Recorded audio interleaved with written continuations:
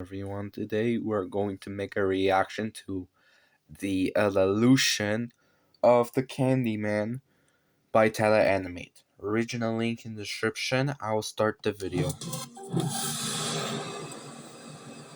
Born the son of a slave, Daniel Robitaille, a renowned artist, fell in love with and impregnated his subject, Caroline. When her father found out, he hired a lynch mob to beat Daniel, slice off his right hand, and cover him in honey, giving him his titular name, Candyman.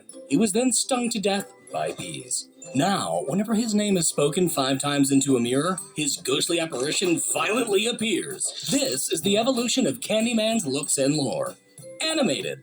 In the first film, Candyman sports a white dress shirt, matching neck scarf, checkered pants, and his signature bulky trench coat with fuzzy brown collar and cuffs. Where his right hand used to be now sits a nailed-in hook, and that same arm appears strangely long. He has the power of levitation, can exude bees from his various orifices, and also has a Dracula-like trance power. He's called on by grad student Helen Lyle, who may or may not be his past lover reincarnated. But nonetheless, he proceeds to hypnotize her and kill her associates. Eventually, he kidnaps a baby to lure Helen in hopes that she'll join him in legend. But she instead stabs him with a fiery stake, which explodes him into bees, allowing Helen to save the baby, although she too succumbs to the fire. But she, like Candyman, can now also appear as an apparition, with a burned head, red lips, a white hospital gown, and she's holding Candyman's hook, essentially making her the Candy Woman. In Candyman Farewell to the Flesh, Candyman's dress shirt and scarf are now blue, his pants darker, his trench coat is less bulky with an added shoulder covering, and the collar and cuffs are no longer puffy.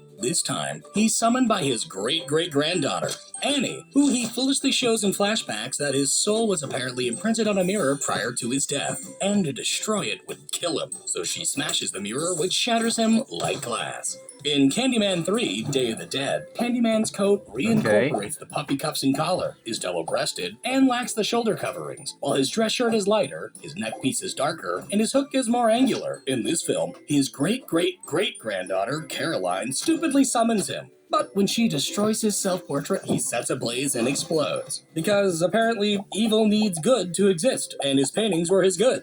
Or whatever. This makes no sense, so moving on. Ignoring all the previous sequel's events, the latest film introduces a new Candyman, Sherman Fields. He wears a yellow trench coat with a puffy white lapel, beige pants, and he has a prosthetic split-hook hand. Sherman, when alive, gave out candy to local children, but he was falsely accused of adding razor blades to the candy, and then beaten to death by the police. Now, when undead, he appears battered and has a more classic-looking hook. In this film, Anthony McCoy, the baby from the first film, now an artist himself, becomes obsessed with Candyman's history and summons him. But after being stung by a bee, a honeycomb-like rash crawls off his body. His right eye appears cloudy, and he becomes nearly catatonic, allowing a Candyman believer to chop off his hand and replace it with a hook. This Anthony Candyman wears an artist jumpsuit and a plaid trench coat. After he's wrongfully shot down by the police, his girlfriend summons him the usual way, and the now undead Anthony takes revenge on the racist cops, turning him into a more superhero-like Candyman for the black community.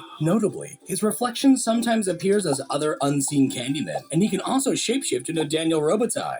But either way you slice it, all of these Candymen are much different than the original novella that describes him as a disheveled man with yellowish skin, which would probably work much better for a Simpson parody. Thank you for watching.